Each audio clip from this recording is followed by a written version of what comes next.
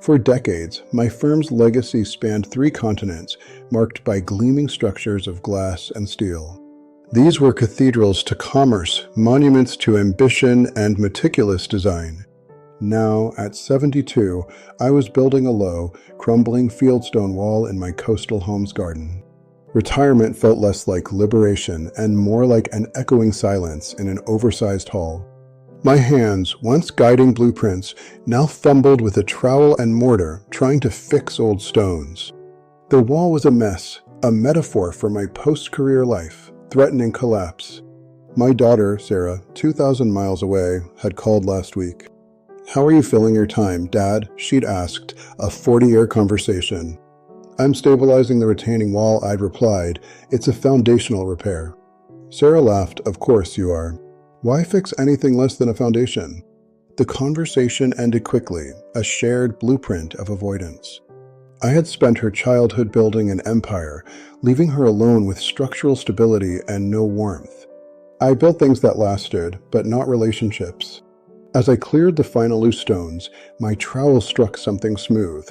I knelt, brushing away dirt, to find a dented, oxidized green metal lunchbox from the 1980s. I recognized it instantly. It was Sarah's, and my hands trembled as I pried the lid open.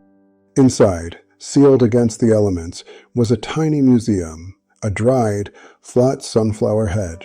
Then a crudely drawn picture in purple crayon, 2 stick figures, me and Dad, next to a monstrously tall, crooked building, and a folded piece of paper, brittle and yellowed, with an 8-year-old's labored handwriting. It read, "Dear Daddy, I buried this so you can find it when you are retired and finally home. Love, Sarah." I hadn't been home when she'd buried the box. I'd been in London, overseeing a concrete pour. The drawing of the building was huge, ugly, and off balance, not my masterpiece, but mine through Sarah's eyes. It was the physical manifestation of the imbalance I had engineered into our lives. I wasn't meant to rebuild this wall. I was meant to dismantle the facade I'd built around my own heart. The foundation I needed to repair wasn't stone, but time. I closed the lunchbox, laid it gently on the grass, and pulled out my phone.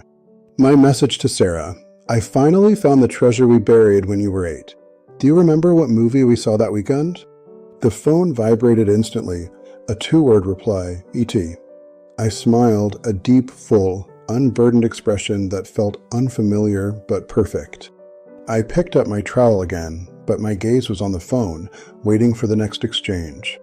I had spent a lifetime building structures, but I was finally ready to start building a connection.